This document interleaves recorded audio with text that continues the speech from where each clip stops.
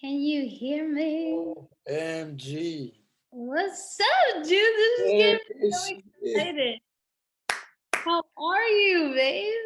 I'm Oh just my goodness. 7 years. crazy, bro.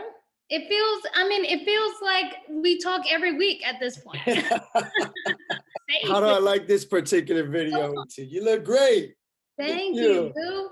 This is that after workout, Okay. showering, being Okay. clean. Oh, You know what I'm okay. saying?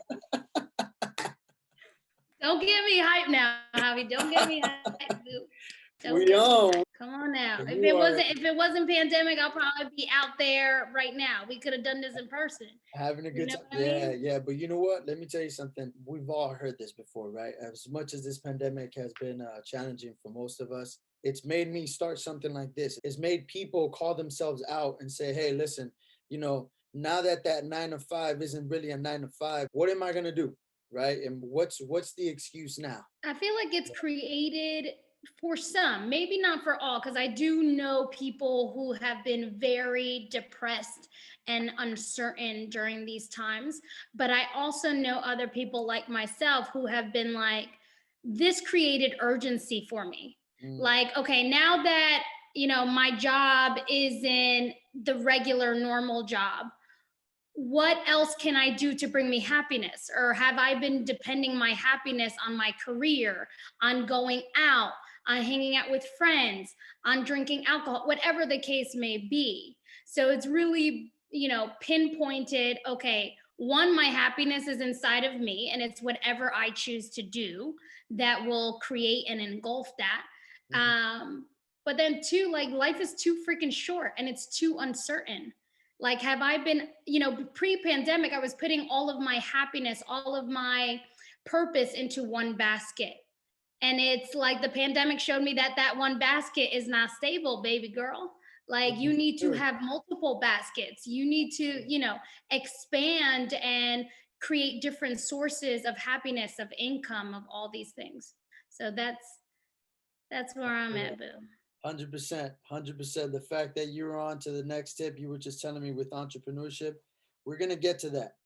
We're going to get to that. And I really want to dive in deep because there's a lot of people, like I just mentioned, that are saying, okay, I don't really have an excuse to say I have this check anymore, right? Or I have this 401k plan, or I got this. Like, I'm really trying to start. How do I start? Where do I start? Right? Who can I let know? Right? Do I really need an angel investor, or am I just bullshitting? Come Right? on in. Do I really need to learn marketing, or can I just be consistent and authentic and organic? Right? So I feel like we're already diving into that, but I want you to give a quick elevator pitch of who Ashley is right now, please. Yes. So I am Ashley Ann Lora from New Jersey. I am a powerful woman who just is willing to do whatever is necessary to live a purposeful and fulfilling life. Mm. That's who I am. And when Yeah, you it ain't got nothing to do with my career. It ain't got nothing to do with, my partnerships, how much money I make.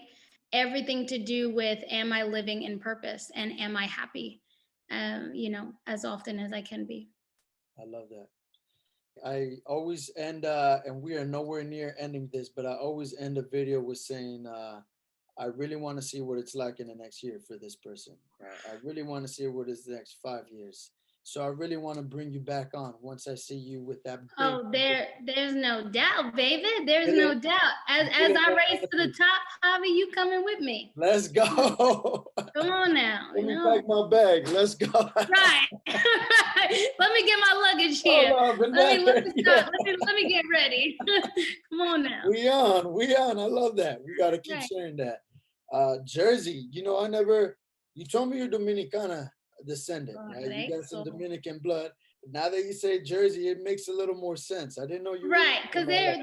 there ain't no Dominicans out in LA. Let me tell you, it took me about 6, 7 years to meet like Dominican people in Los Angeles when I lived there.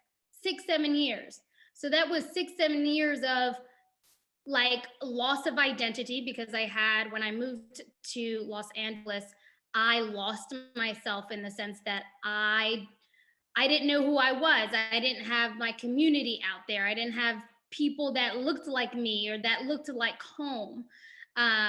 People were calling me one thing, but I was always used to calling myself another thing. So, hey, the Dominican family is heavy out here Let's on this go. side.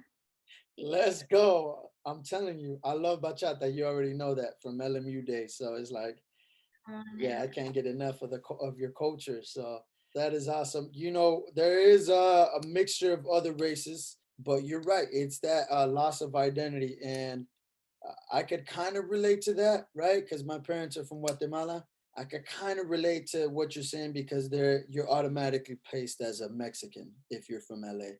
If you're from Florida, most likely, well, it's changed today, right? You could get mixed with the Colombian, but most likely Mhm. Cubano, right? If you go to New York, most likely Boricua, and you got the Dominican Or the community too, Dominican. That's it. you know?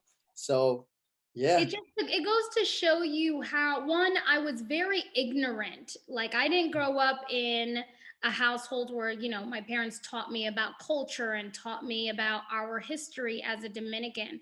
I'm actually really excited because in the next few weeks I'll be getting my ancestry tests back because I really want to know where I'm from. There's something about this year that's like, the word is rooted. I want to be rooted in my ancestry and where I'm from, with who I come from, where's the wealth in my family. Hmm. So it's interesting because when I went to LA, and this is so off topic to what we're going to, but let's get into No, it. no, no. Keep it going. Right, let's get into it real quick. When I lived in LA, people would always call me black. You're black. You're black. And mind you, out here in New Jersey, it was considered offensive. And there goes that racial, ignorance that I am Afro Latina. Like, literally, my grandparents are from Haiti. Like, there is so much history behind being a Dominican. Um, that created ignorance for me growing up. So I actually learned more about my history when I lived in LA from Wow. other people who I were was like, "Boo boo, expecting that. you were just a boat ride away. Your ancestors were just as much in slavery as mine." And it was Yeah. like, "Oh shit. You're right." So this has really gotten me or inspired me to just really know about my history, really know where I come from, and then bring that conversation to my Dominican household because there are Dominicans till this day who are racist as F and really see everything in color. Yeah. And it's like we're all different shades, but we come from the same source. That part. So That that's part. where I'm at with that. It's insane. The more I learn about every culture, the more I learn about how the lighter the skin is, the better you're off. The darker the skin is, right, the less attractive you look. And it doesn't matter if you're from the South or if you come from Africa. It comes, and even you have Colombia, you have Right. even places in Mexico, Veracruz, Guatemala, you got it's everywhere. Brazil, like I could go on for all day, but Right. like they all carry that same thing, even in the Latin culture. Like if you're too dark skinned, you're automatically considered ugly. Like you're like, whoa, Absolutely. hold up, Right. but There's a really powerful book. I can't remember the author's name, but the book is called Caste.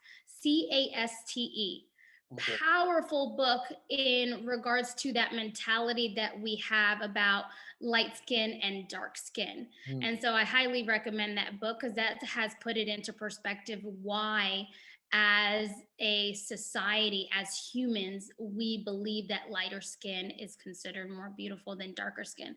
This has been something that's been implemented centuries ago, even Wow. before slavery started, but definitely when slavery hit. That's when it was really ingrained in us in every aspect.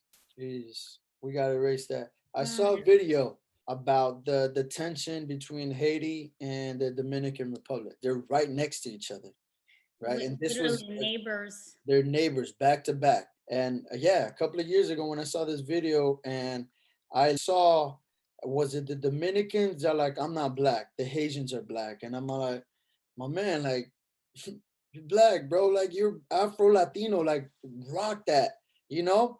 They're like, no, yo no soy negro. I'm not black. And I'm like, all right, man. I guess I have a different way of thinking, you know?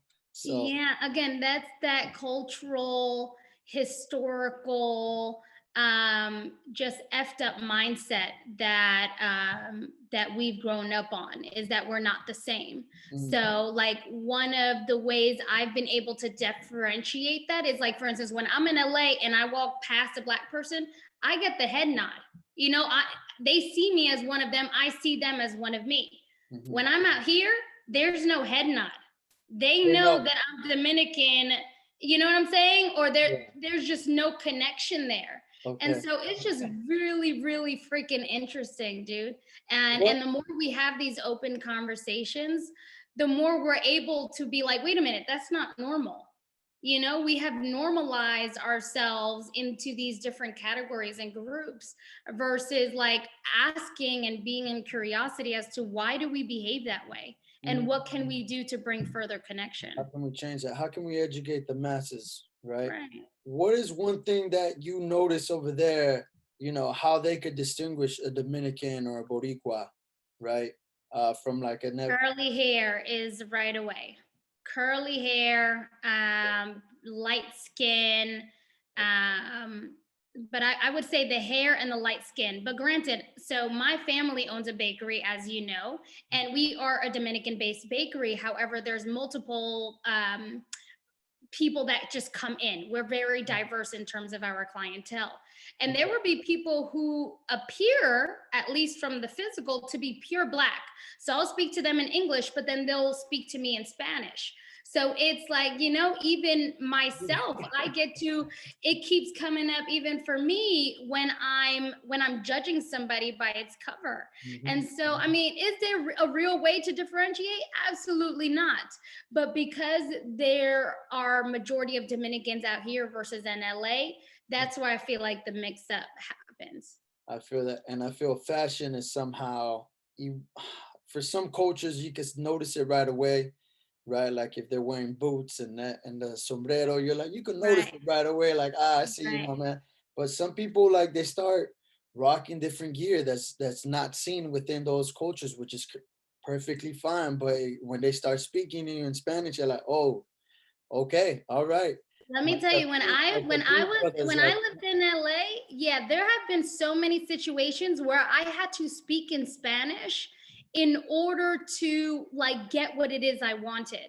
That's how, like, you know, just it's crazy. It's crazy. Like I remember one time where I was going to an event and I was with a friend and we had a park somewhere, for instance. And I knew that the only way I could park in this spot is if I spoke Spanish to the guy in the front who would like be able to leeway me in. You know what I'm saying? Or like when I went to a laundromat and there were certain people that were speaking Spanish and I could hear they were saying something about me. So I spoke Spanish back to them to see like, hey, I hear you. I understand you.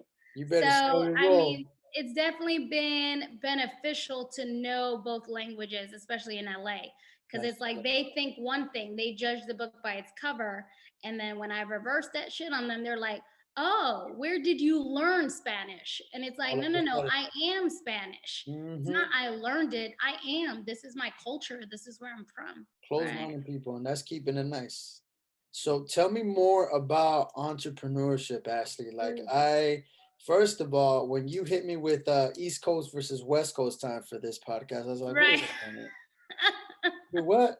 Hold on, what? And then you're like, yeah, I'm running a business now, and I'm all like, wait, what? Like this just expanded the podcast. Just so many different conversations. So please tell me about that. It's so funny because when I schedule meetings, and I have a lot of meetings with people from the West Coast, I'm always very particular. Like, do you mean Pacific? Do you mean, East Coast time? Like, where are we at? Just because of the time difference. But yes, so I lived in LA for about 9 to 10 years, ended up moving to New Jersey almost 2 years ago. My family owns a bakery here, a well-known Dominican bakery. And so it's called Greenie's Bakery in Paterson, New Jersey. Okay. And my grandmother started this bakery 30 years ago in her garage. And Wow. so for it to be a brick and mortar, store right now, it's a huge blessing for me to witness and for me to be a part of.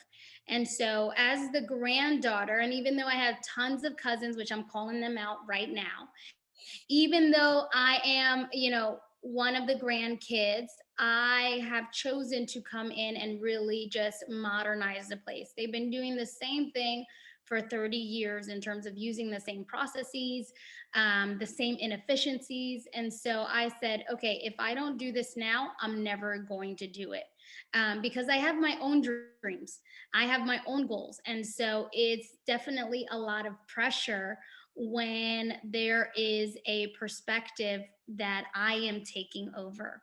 And it's like, wait a minute. This is your dream. These are your goals. I have my own. And so even till this day, I'm still trying to work with that. What does it mean to, support my family, support this business, and still live out my dreams and still live out my goals? Mm. And so I'm in the middle of that right now. I don't know what that means. All I know is that I'm doing both right now. I'm juggling both. It definitely isn't easy. However, it's a blessing to be able to gain all of this experience during this time.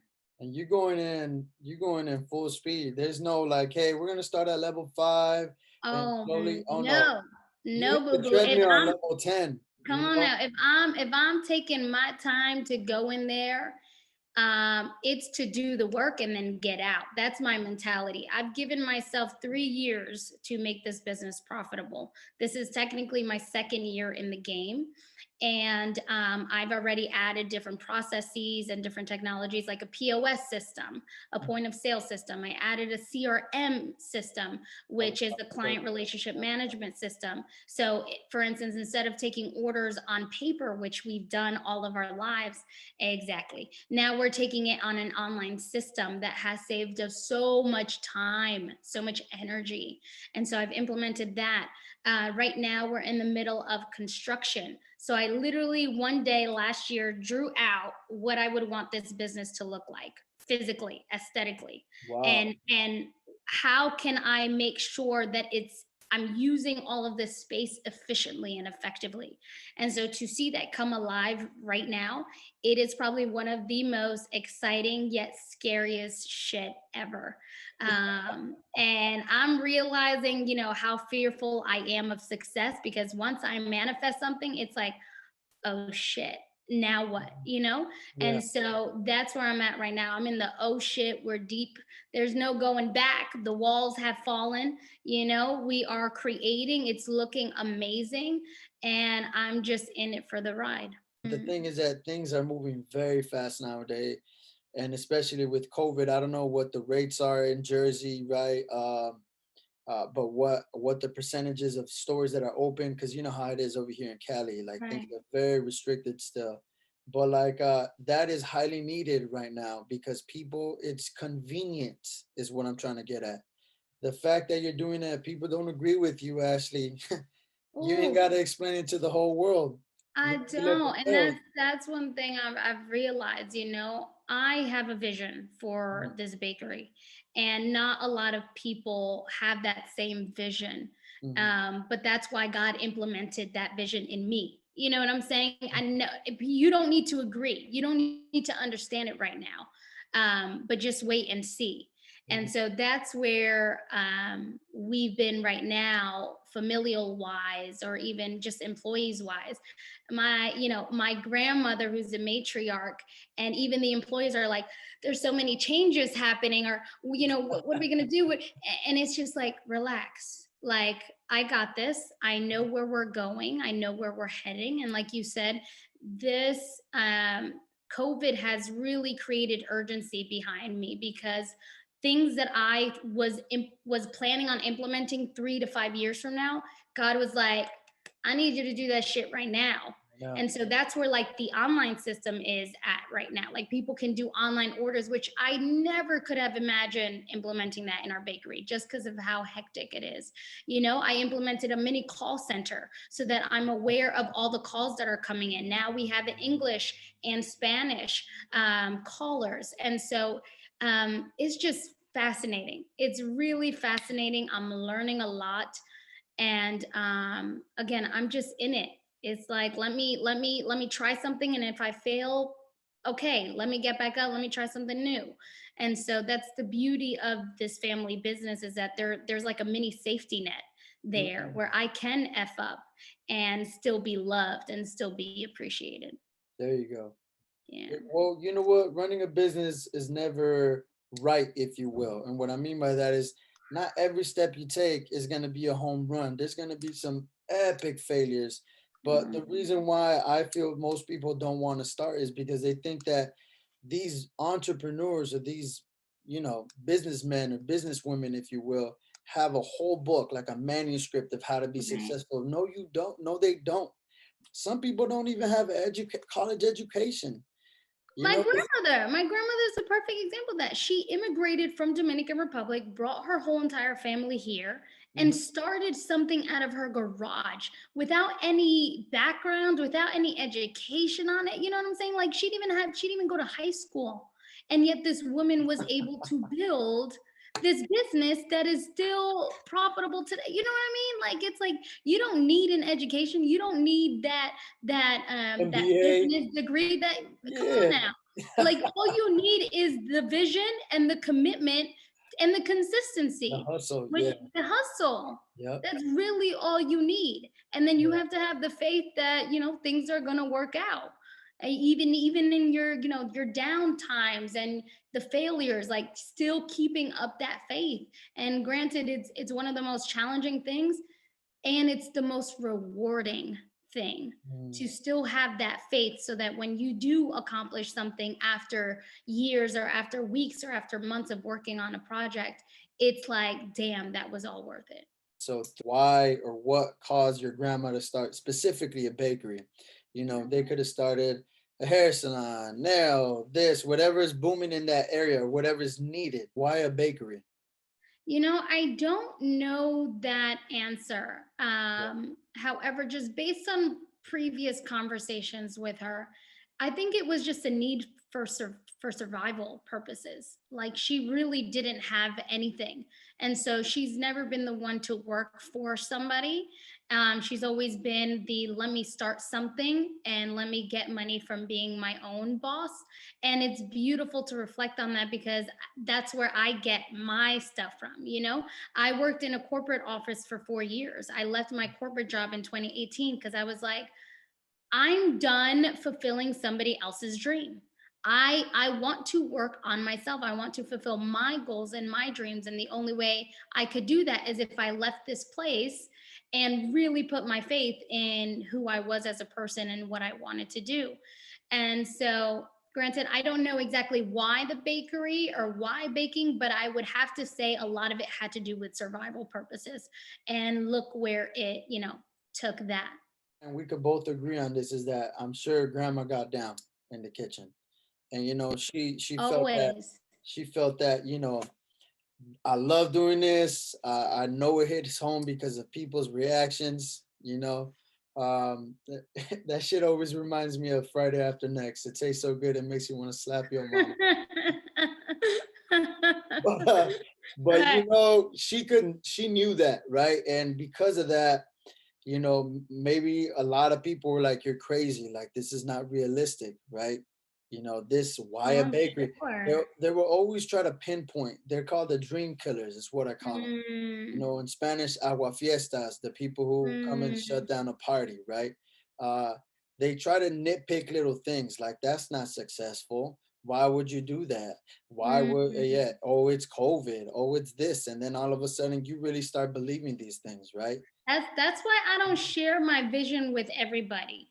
Mm, You know what I'm saying? Like, for the fact that you didn't know, that I was running a bakery, this is not something that I'm putting out there on my social media like that, no, because again, I have a very clear vision and I do not have the energy to battle other people's mentalities and judgments as to what I'm doing.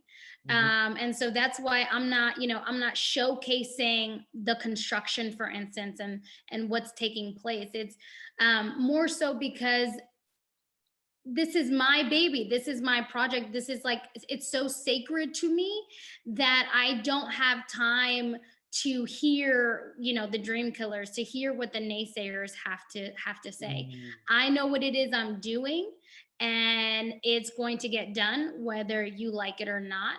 And that's where I'm at with my goals. Like, there's boundaries to this shit. And I'm Mhm. all for sharing my process. Mhm. You mentioned vulnerability right before this call. I'm very open with showing people my failures and what's gone wrong. I have no shame in that whatsoever. And so I just think there's a difference, there's a line between being vulnerable and sharing who I am from a healing place, from a healed place, Mhm. versus like, let me show off what I'm doing. Let me show off, how great of a CEO, COO I am. I don't have time to show off. You know what I'm saying? Like, I'm just in it, living it as authentically as I know how. Yeah, you don't have to post everything for a like. Yeah, I feel that. I was just No. talking to a homegirl the other day, and she believes it's a LA thing, right? And Mhm. I think it's everywhere, but I think in LA, people are desperate. Yeah, they want all the attention. They want 1,000, 1,000,000 likes. They want to be seen doing this and that, and I think it's gonna tire most of them out eventually. Ooh, It's I don't doubt that. I mean, gonna, the most authentic people, when I moved to LA, I would always say that the most authentic people are like the real Los Angeles residents, like the people who are born and raised there, mm, and then the people from the Bay Area. Because for some reason, I could always relate to the Bay Area folks. They reminded me of the city, of New York, of like just being real and mm, down to earth. And so, but those people who like are trying to show off and are trying to make it to the top, those are not born and raised Los Angelans. You know what I'm saying? Like, that's not what Los Angeles is. But we, because of the amount of people and the influx of people from all over that mhm. are being, that's populating Los Angeles, I feel like the reputation of LA has just gone like to a shithole of people trying to pretend and be somebody that they're not. They don't feel like home in certain areas. You're right. Yeah, for They don't, sure. they don't feel like home, and we could skip the gentrification topic. I'm just saying Oof, as a whole. You oof. know Because that that's a whole, that could be, 2 other hours of a that topic. that You could know be, what I'm yeah. saying? Tell me more about what it is for someone to have it within them to quit a job. What brought you to that conclusion? I mean, so I'm gonna take it back. So right after we graduated from college, Hmm. I actually got sick. And when I say sick, I was like bedridden, like couldn't walk, like half of my hair fell out. If you saw me then, you wouldn't even recognize me. I was going through what's called topical steroids withdrawal, TSW. And pretty much I have a history of having eczema, a skin condition. And the main prescription for the skin condition is topical steroids. And so if you really look up and research topical steroids and the side effects of that, I was taking topical steroids for 22 years.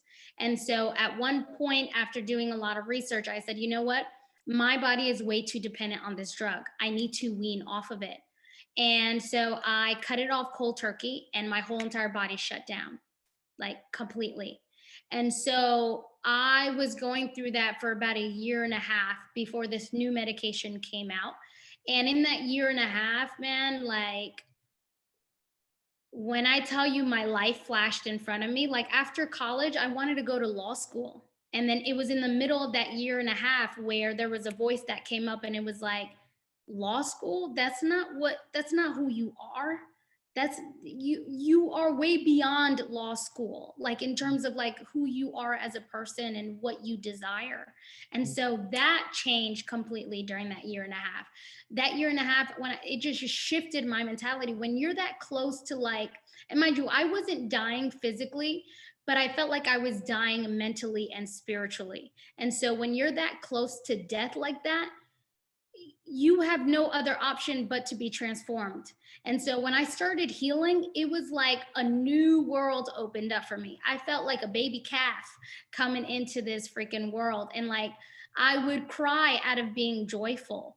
I would cry because it was raining or because it was sunny, because I remember what it felt like to be on the other side of that wall and not being able to get get some sun in or go to the beach with my friends. Like even today when I was doing my workout, it was a hard ass leg day. But in that middle of the leg day, what literally pushed me was my mentality of going back a few years ago when I was bedridden and I wanted to work out, but I couldn't because my body just didn't let me. So when you come from that level of trauma, and just physical, mental, spiritual warfare, um, then you really know what it means to be limitless. You really learn what it means to be freaking powerful. And so after I started healing, I would literally work my 8 to 5 and then stay at my job from like 5 to 9 o'clock so that I can get my work done. Is this still recording? Yeah. Oh, what happened to you? I'm Hold on, here. let me get my charger. Hold on. Okay. Okay. But yeah, dude, that's where it's at. After going through something like that, I had no doubt in my mind of what I was capable of achieving. Mm.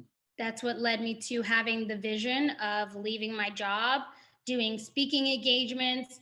Mind you, this wasn't something then that people talked openly about eczema. That wasn't common then.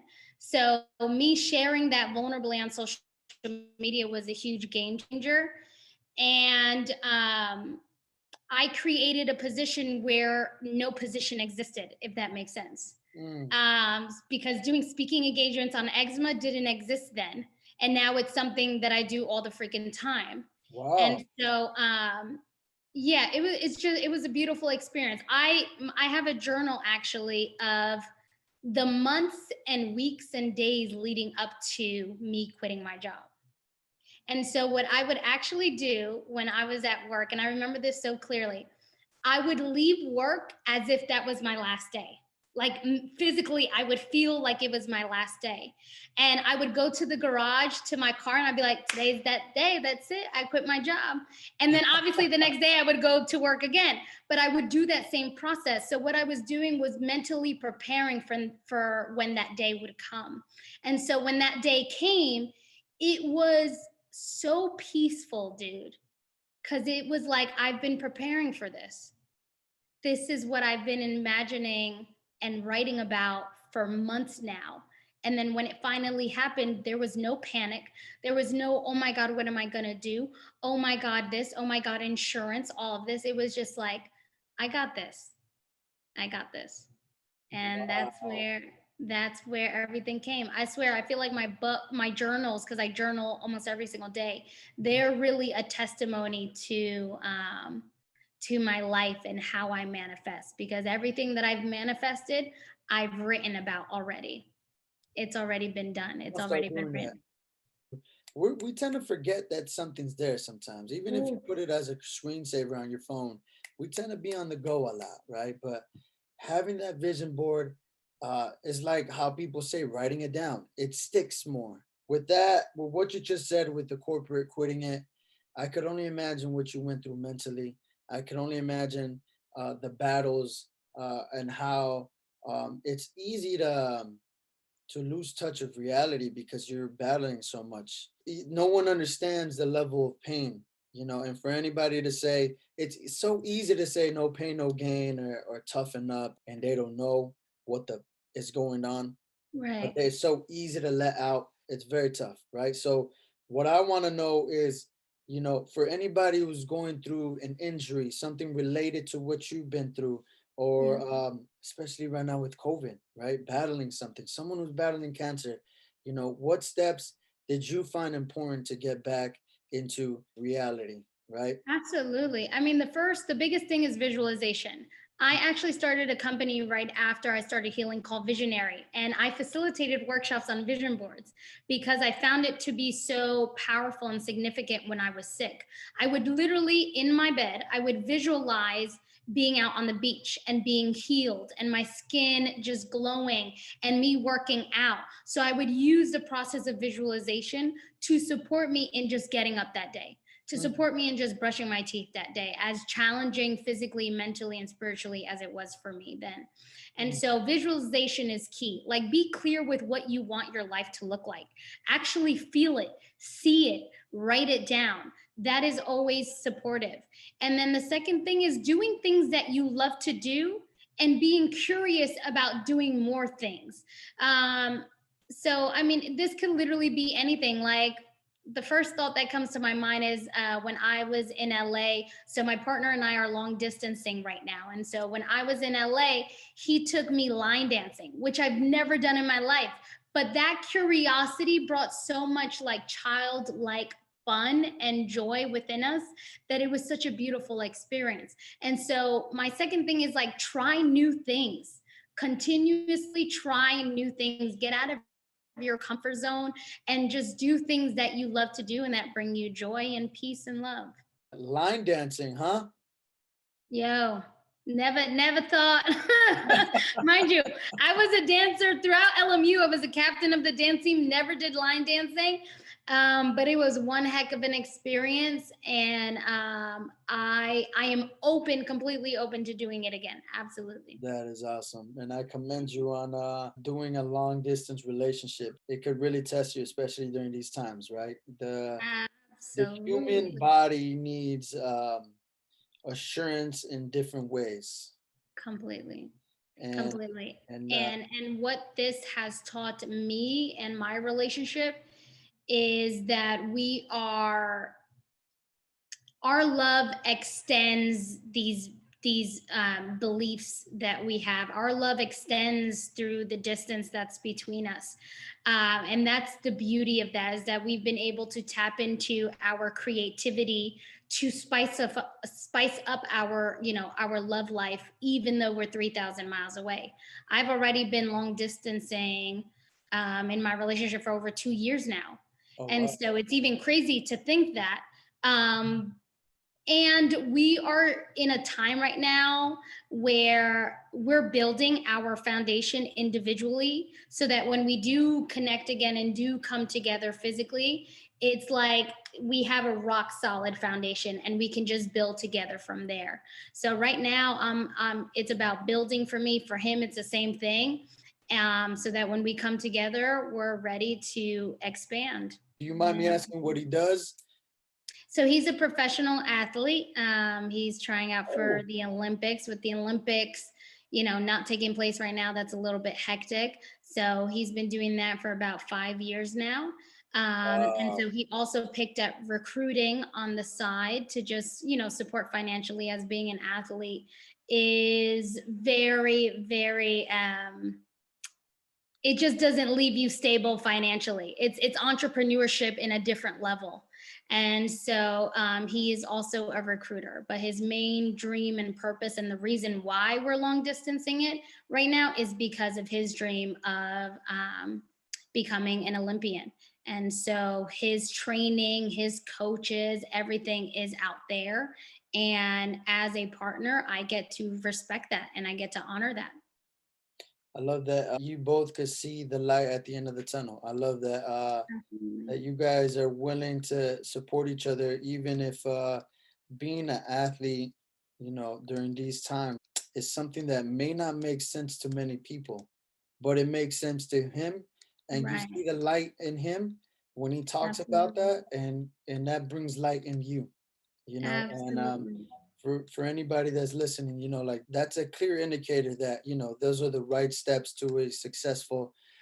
I don't know if there's ever a successful relationship because even Disney Right. can't write a perfect, you know Right. what I mean? But Right. a strong or a relationship that's meant to be, Come on now. so Yeah. yeah. I mean, one of the most powerful things I heard, this was on Oprah Winfrey's podcast.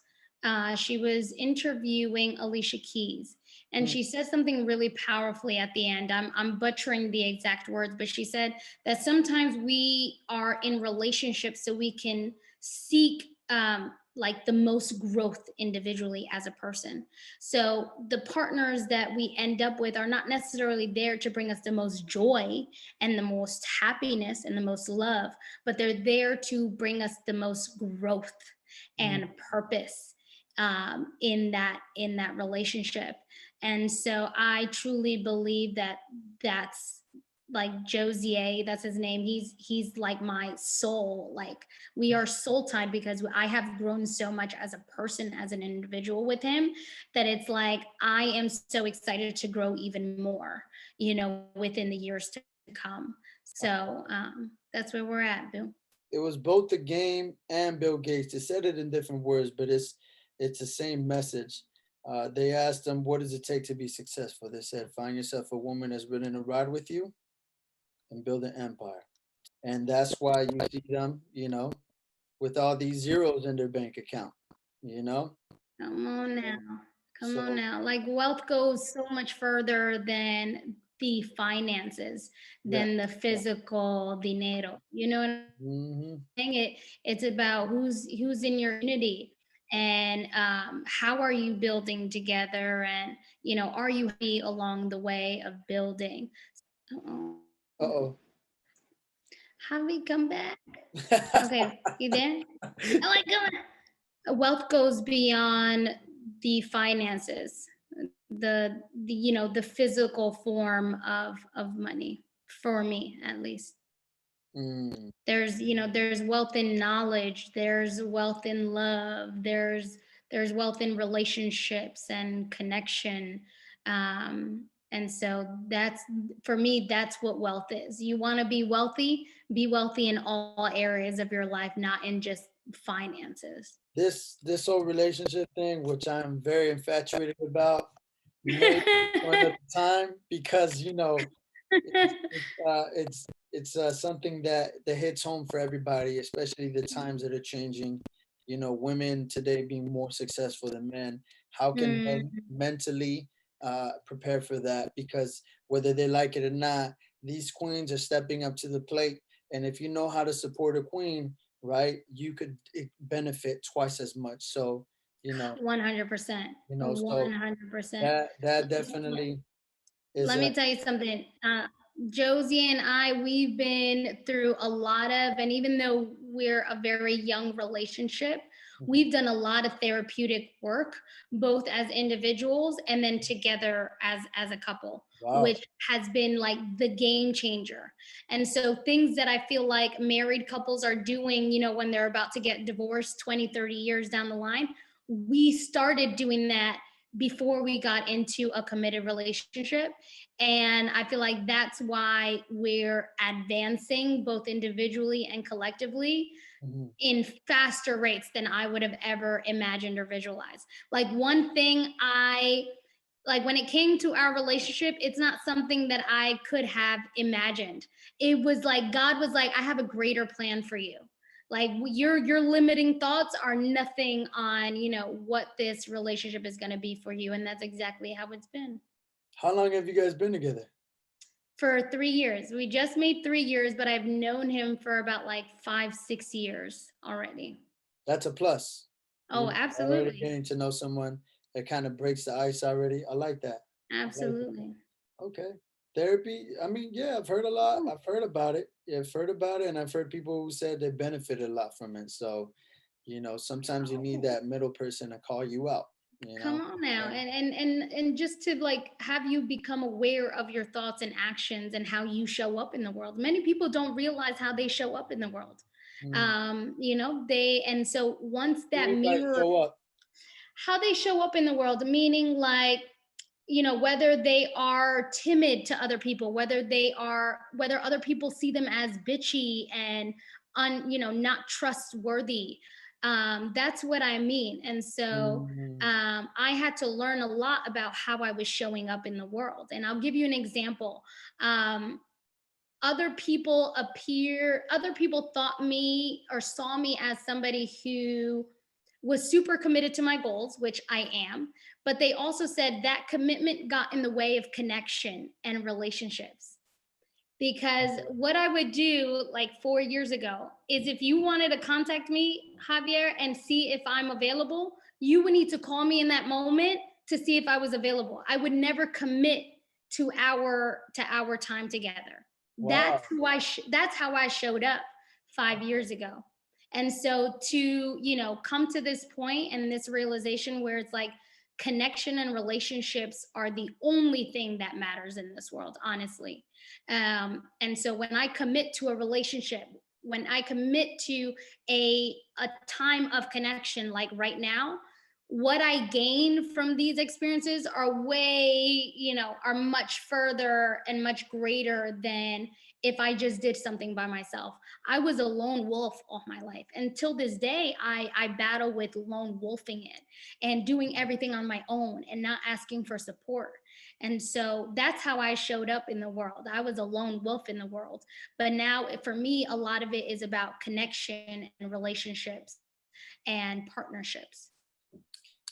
That's lone wolf is important, but I could see how it could sometimes challenge a relationship, right? Because people could see that, like you said, they could take it in a different context, different way, right? And Absolutely. I could kind of relate to that. It's kind of like if you're not, you got to be very vulnerable.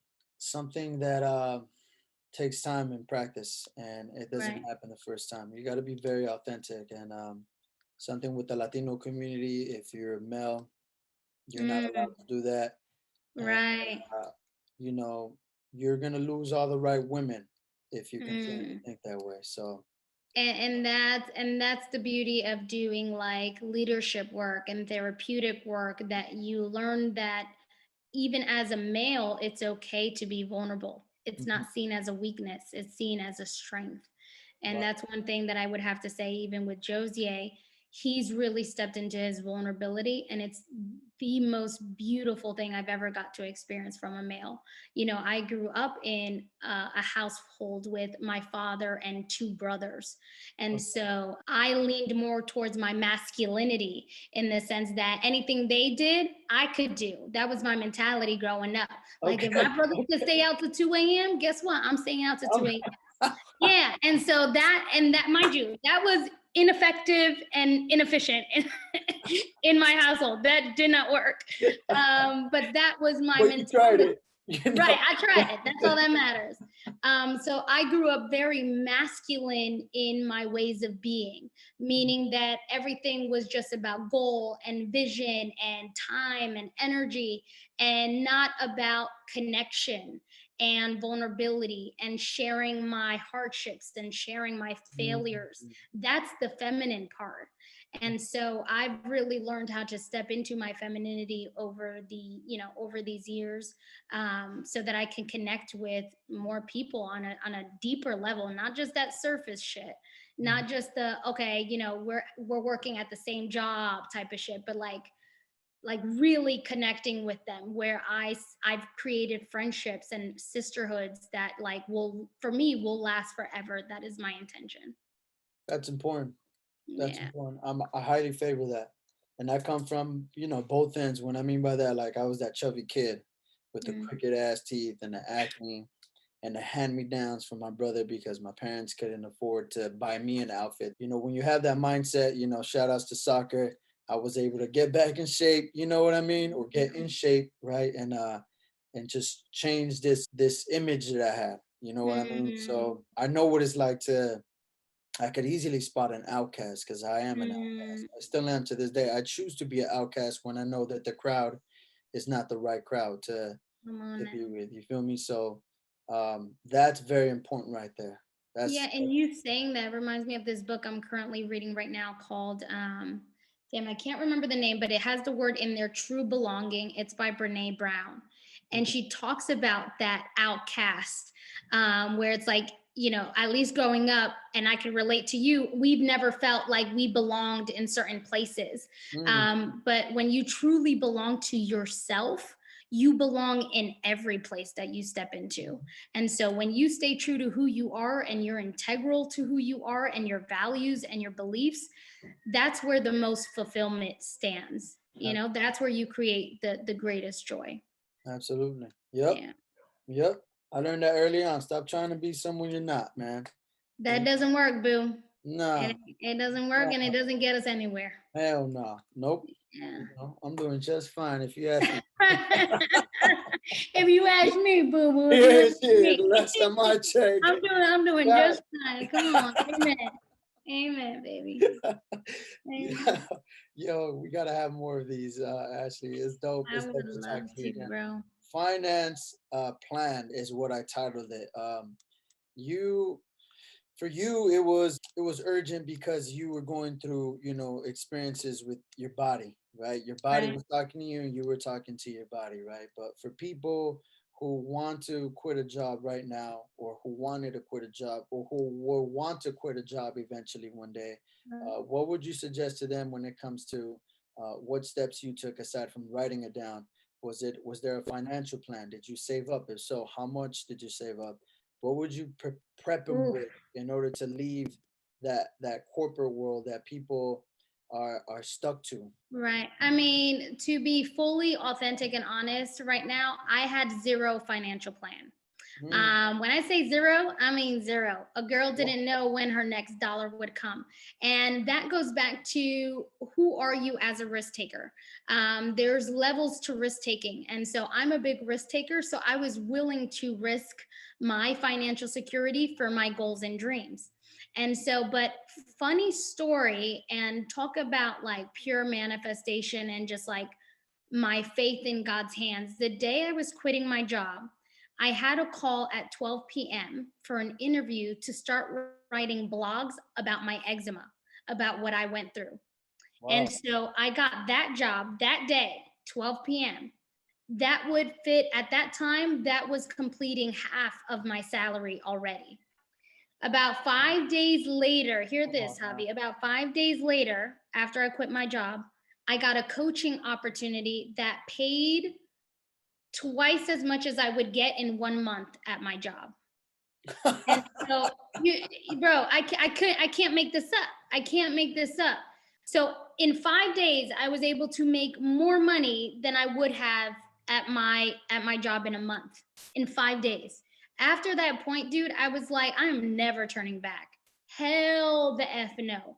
That like broke the seal for my limiting belief that I needed a corporate job in order to make money, in order to make it to the top, in order to have this big house and the car, whatever. Mm, It broke that mentality. I could make more money doing the things that I love to do. And I that's my advice. When you do the things you love to do and you do it authentically from a place of not results as to like what can I get from this, but rather how can I contribute my gift to this world, that's when you would become the most wealthiest. And wow. I've made more money doing the things that I freaking love till this day. And you're helping people, like you just said, you're helping people. People are Yeah. walking away with something. It's not like a Happy Meal from McDonald's where they just, No. they could carry this on for a long time, hopefully. Yeah, I'm not into the temporary fixes of shit. You know Mm, what I'm saying? I'm not mhm, into that. I'm into, creating longevity and sustainability in our lives. And mhm, so I'm very big on what I do today affects me tomorrow and the day after that and the day after that and the day after that. So how can I, create sustainable goals that will support me throughout my lifetime? That's where I'm at right now. What actions and decisions can I make today so that 10 years from now I am set? So that 15, 20 years from now I am set. That's my mentality right now. And entrepreneurship gives me that flexibility and that creativity to think about those things. mm. Do you? I'm thinking about how people kind of laugh at it, but how the universe. I don't know if you read The Alchemist, great book. Of course. Yeah, how the universe listens to what you truly want, right? It's Hmm. not like I want to wake up tomorrow with 5 racks in my pocket. No, no, no, no, no. What do you really want? And you specifically said on your visionary, one of the things in that program, right, or in that project, if you will, was you have to specifically choose what you want. We're come to a time, especially an age where we're like, all right, like let's be real now, man. Right. Keep it a buck now. Are you really Right. getting that job just to fulfill that financial situation? Or are you getting that job because you genuinely or you really want to work there? You know what I mean? And it doesn't mean a company, it means your company as well. You starting this, my boy hit me up once and he's all like, he was doing clothes all of a sudden. And I didn't want to say anything. I'm all like, okay, Right. cool, cool. Do your thing. I'm the hype man. And then at one point, homeboy asked me, hey, do you think this makes sense? I was like, hey, if it makes sense to you, it makes sense. What do you want to know? That there's a Mhm. thousand other products. If you really enjoy doing this, man, then do it. The fact that you're asking me is kind of making me question as to whether you should continue or not, man. You gotta want it, man. Don't be asking Mm, anybody else. When someone asks someone for advice as to whether they should continue in a relationship, you're already questioning it, man. You that feel me? part. Yeah. That So part. I That part. love, I love that you said that. If you don't mind me asking, what Yeah. what did your expenses look like? Oh, I was living by myself in LA. LA ain't cheap. I was living in my studio, a big ass studio for that matter. It was a beautiful place that I mean, I even manifested that place. I had my car note. I had the newest Lexus on the block during that time. My rent, my groceries, everything was dependent on me. I only had me. My family was out on the East Coast. So in terms of finances, if I didn't have the faith and the strength and the perseverance and the commitment to pursue my dreams and my goals, Mhm. I would have been effed, for a lack of better term. You know what Wow. I'm saying? Yeah. So in terms of financially where I was, that's where I was at. So even though I didn't know where that next dollar was going to come from, that's entrepreneurship. And for the past 2, 3 years, that's what I've been learning. Sometimes I don't know when I'm getting these contract gigs for speaking engagements. I have no idea. All I know is that they come at the perfect time. They come at the perfect time. There have been so many times where I was doubting myself. I was doubting what I was doing. Boom, I get an email, to do a contract or a speaking engagement, whatever the case may be. And so it's in those moments where I am like, God, have your way. God, have my doubts. God, have my fears. Mhm. God replies with exactly what you need in that very moment. And so, I mean, my faith is strong. Nobody can tackle that down. And so, because I know my faith is so strong, that's what held me above water when I was like sinking in my own doubts and fears. Yeah, my heart goes out to people who went like to I was dating someone who was in law school, right? And Mm, came out with like 200 racks of debt, right? I thought I had bad debt, with right. Come on now. student loans, but 200 plus the interest rate. Oof. And they were like, I highly regret this, I wish I could have done something else, but what will my family think? What would they Mm, think? I don't want to start over. It's that insecure thought that people get sometimes. And I hope she's doing okay. I hope she's the mm, best lawyer in the world right now, because right. But it really pains me to see people choose these type of jobs that are respected, right? And mm, especially with the land community or the old school people, right? And they're not happy, you know. Then we for wonder sure. why people talk about mental illness, right? People talk about affairs. People talk about Come divorces. on We're now. at 50% right now. You know what I mean? People talk about violence.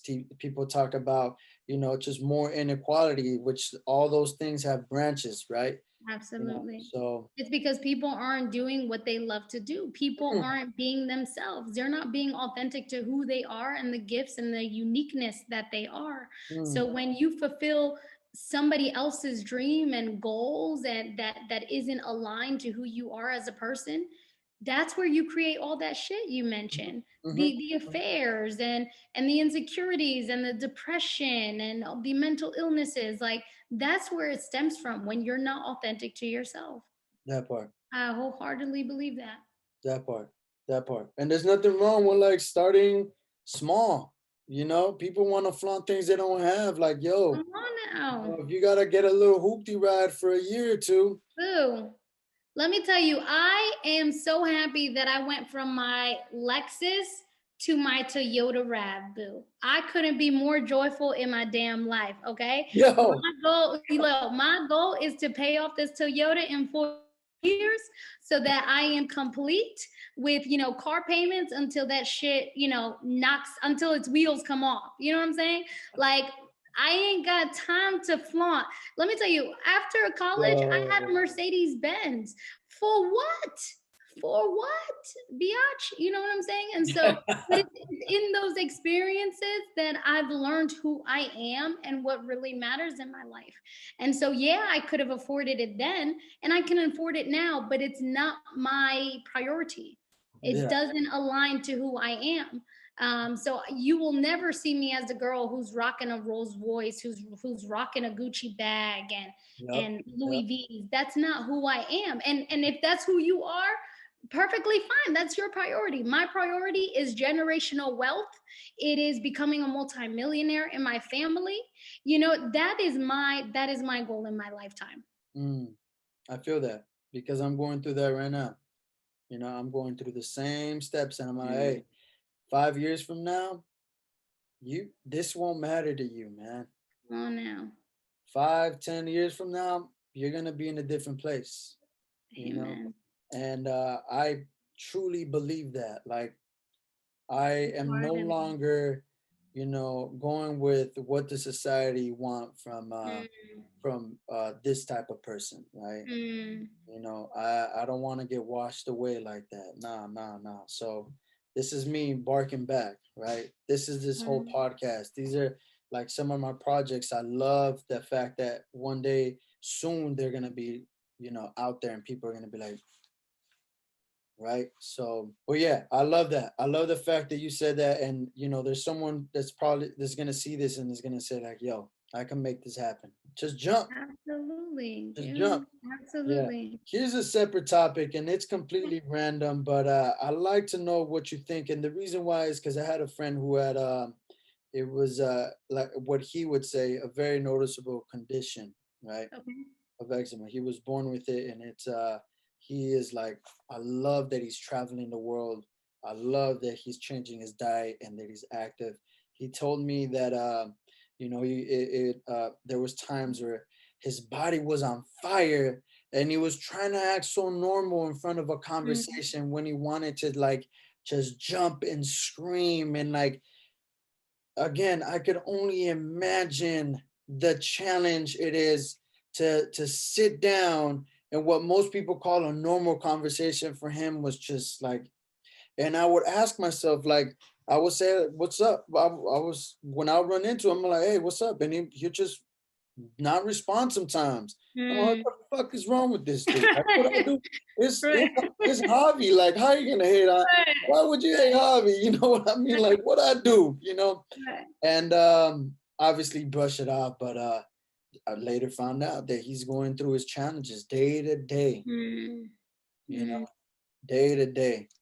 That's the thing with, any condition that one lives with, especially when it's not known to other people. Mm, And that's why I'm always compassionate with other people, when they behave in a non-loving way. The first thing I'm like, God, I can only imagine what you're going through right now at mm, home. Who knows? Because I was your friend.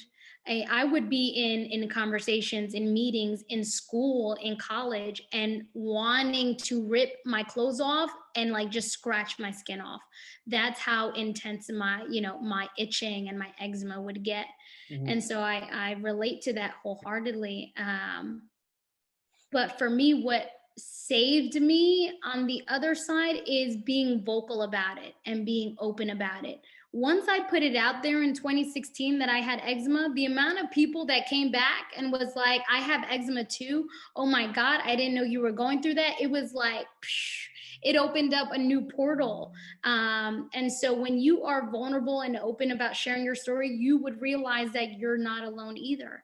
And that's what I realized. I lived all my life thinking I was the only one in this world who had eczema, because I never saw it in any other kid.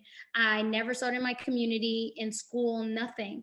And so it wasn't until I was 22 years old, I believe, that I realized that there were 30 million other Americans who are living with eczema. Yet not everybody is talking about it. We have hidden it from the world versus it being an opportunity to connect with other people, which is what I've been doing. Mm, mm. Yeah, I was doing a little bit of research. 31.6 have at the very least symptoms. Right. These are different levels, and oh my God, Come you on now. know, It's like, I mean, that's why when I was in like high school or college and somebody would complain about a pimple, in the back of my mind, I was like, you have no idea how much I wish I just had a pimple. boy. Yo, yo.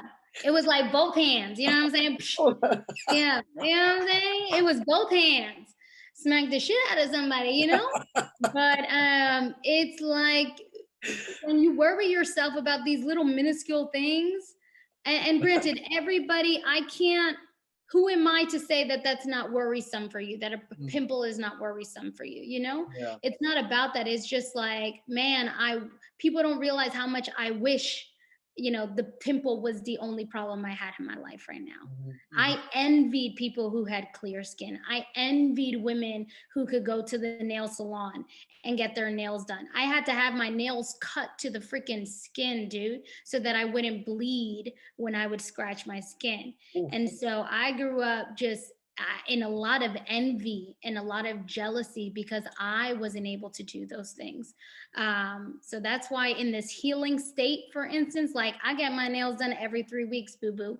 I do not play. You know what I'm saying? Like and mind you, this is an expense for me that I value and I treasure Mm, because I know what it was like to not have that opportunity when I was younger. That's why I work out like a freaking maniac 5 6 times a week, because I wasn't able to do that 5 years ago. And so everything that I'm doing now is because I've known what it was like to not have it and not do it. And that's why I treasure it so much. that's dope. That is beautiful. I love hearing that. And had you told me that at LMU, I would have never noticed. You were so good at making sure that you put on a smile and that you went on a day, on your normal Mhm. day, and just fuck shit up. That's how it was. It It was was it like, was that mask. It was that let me zip up that everything is okay and that I'm happy. And granted, for the most part, I was. I considered myself a very joyful person, and I was also very lonely in my suffering. Because Lord knows I suffered. I went through a lot of pain by myself, but it's also because I chose to. I didn't want to share it with other people. I didn't want to burden other people with what I was going through. And now that mentality has transitioned into it's an honor for somebody to support me during my suffering. It's an honor for somebody to support me when I'm going through, some pain. And that's the mentality shift. That is the maturing that takes place when you are actively and consciously wanting to grow.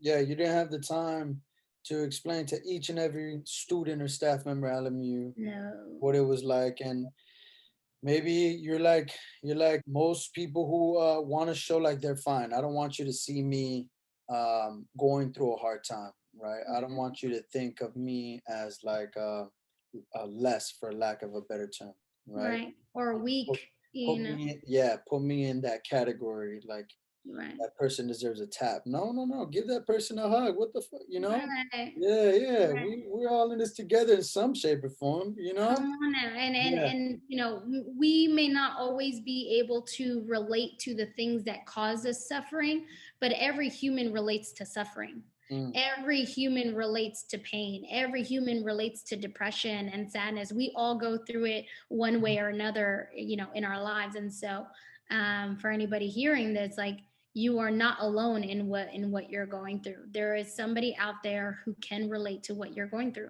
And it's just a matter of opening up and speaking out what you're going through so that you can, attract those people and they know that you're there.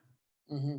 And times have changed. It's So, today is a lot more nurturing in some ways than it was back in the day. absolutely. And the more we talk about these things, Absolutely. I mean, I've found my community in speaking out loud, like online. Like my eczema community online is powerful. I mean, I've met people from all over the world just because I openly share my story. I mean, I've had talks and FaceTimes with people from India and the UK and all oh these different wow, areas because we relate to, one aspect of our lives. And so that is the power of opening up for sure. that's dope. That is dope. Yeah, let's keep this going. Let's keep this going. This is the only way we're gonna learn more about each other. So I love Absolutely. that. So tell me more about, because you just mentioned England, India. You at the very beginning you mentioned that you were a speaker. You were asked to show up not only as a blogger, but you would show up in person. I Right. noticed that you were in Dr. Phil. I was like, what the fuck? Like, Doc, wait, hold up. And then I saw it. Right. I had to press pause because it was very touching. I was like, no, no, no, no, no. I can't Mm. keep watching this. I gotta get ready for this, Clean up nice. Clean up nice. Right. But yes, please tell me more about that.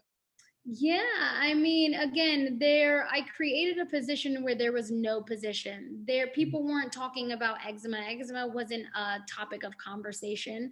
But then once, at least the big heads, when I talk about the big heads, I'm talking about pharmaceutical companies. Once they saw that there was actually a need and a demand to support this community, they started reaching out to advocates like myself to try to better understand our community and our needs.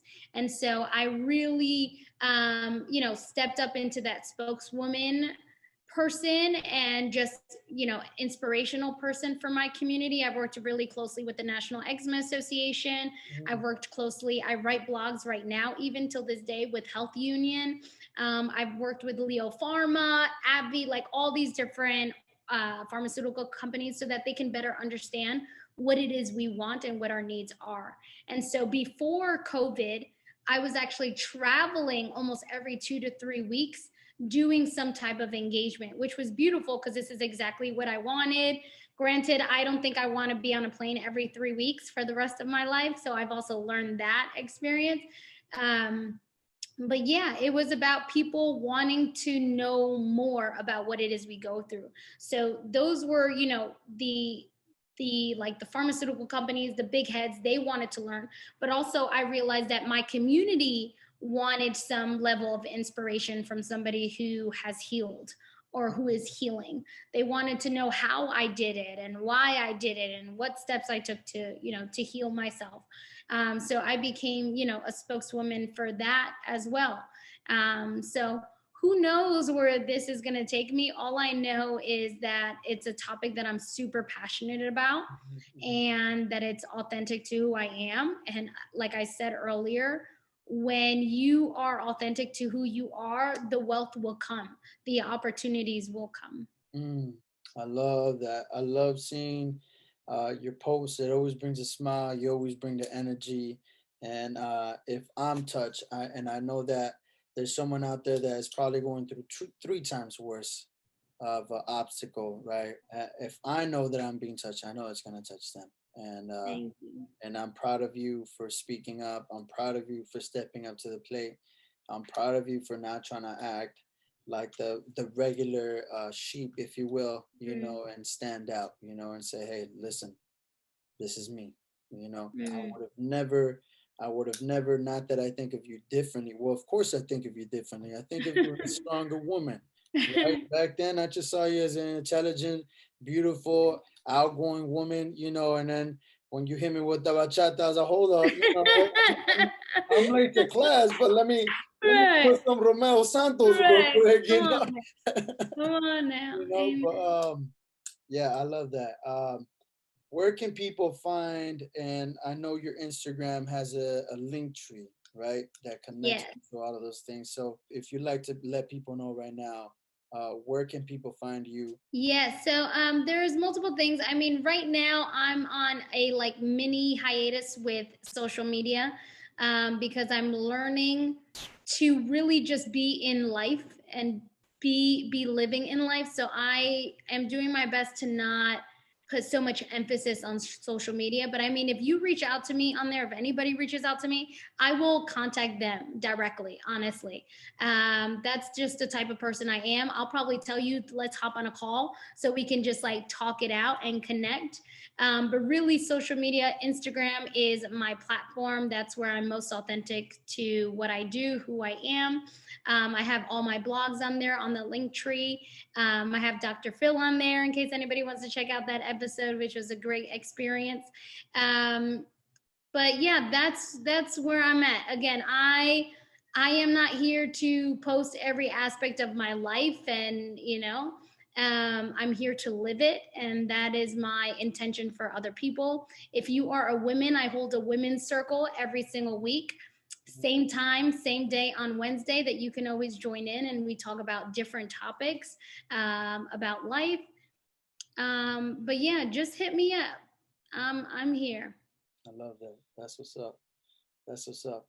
Well, all right, señorita. Don't we could keep going. I We could know, keep I know, going, boo. but I this know. just means that this deserves another podcast and I'm another here one for it. and another one. So this was like the index, if you will. And then later on, I very much like the idea of tackling those things, right? Um, Absolutely. if I could ask you for one more thing, if there's Yeah. someone who's trying to start a blog, someone who's trying to start a business, someone who needs help with social media, what are some quick tips if you could give them 1 to 5 tips of what helps out, right? Be authentic, number one. Be yourself. Number two, strive for excellence, not perfection. It doesn't need to look perfect. You don't need no perfect lighting. You don't need anything perfect to make shit happen. Number three, be consistent in your work. So if you post one time, do it again and do it again and again. The more that you put out there, the more you'll get in return. And number four, just like have faith in what you're doing. No, do what you're doing for you and not for anybody else. So that you're not out there trying to seek attention or validation for who Mhm. you are as a person. Love that. Cool, cool. That's it. Senorita, that's it. That's it. That's it. Mic drop. That's it. We can hang up now. They We just have to out. listen to that ending part, and that's it. They're done. Hold on like this real Right. quick. That's it. That's it. Cool, cool. Señorita, un gran abrazo. Big hug.